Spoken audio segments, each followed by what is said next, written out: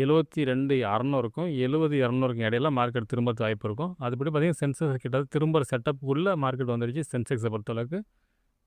Strong செட்டப்லாம் இருக்குது. ஒருவேளை இந்த லொக்கேஷனை பிரேக் பண்ணோன்னா இது வரைக்கும் வரது வாய்ப்பு இருக்கும் ஃப்ரெண்ட்ஸ். 70,000ங்கிறது ஸ்ட்ராங் சப்போர்ட் லெவல். இது வீக்லி படி. சரி ஓகே டேயில் பார்ப்போம். ஃப்ரெண்ட்ஸ் டே கேன் வச்சுருக்கேன். டே கேன் படி பார்த்தீங்கன்னா டபுள் பாட்டம் எடுத்தால் மார்க்கெட் மேலே போயிருக்குன்னு நான் சொல்லியிருப்போம். இது பிரேக் பண்ண பட்சத்தில் மார்க்கெட்டை பொறுத்தவரைக்கும் இந்த 72,600 அப்படிங்கிறது அடுத்த ஸ்ட்ராங் சப்போர்ட் லெவலாக இருக்கும் டே படி பார்த்தோம்னா. அதே சமயத்தில் இந்த ஹை 77,000 பிரேக் பண்ண பட்சத்தில் அடுத்தது புல்லிஸ் வர்றதுக்கான வாய்ப்பு அதிகம் ஃப்ரெண்ட்ஸ்.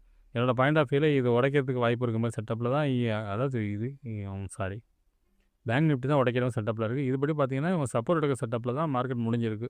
இது ஓப்பனை பொறுத்தவரைக்கும் ஒரு கேப் டவுனில் இது கீழே ஓப்பன் பண்ணாங்கன்னா மார்க்கெட்டில் அடுத்தடுத்து ஃபால் இருக்கும் ஃப்ரெண்ட்ஸ். சரி ஓகே 50 மினிட்ஸில் பார்ப்போம். ஃப்ரெண்ட்ஸ் 50 மினிட்ஸில் வச்சுருக்கோம். பார்த்தோம்னா ஃபஸ்ட் ரெசன்ஸ் பார்த்தோம்னா 74,820 அப்படிங்கிற நம்மளோட ஃபஸ்ட்டு ரெசன்ஸாக இருக்கும். செகண்டை பொறுத்தளவுக்கு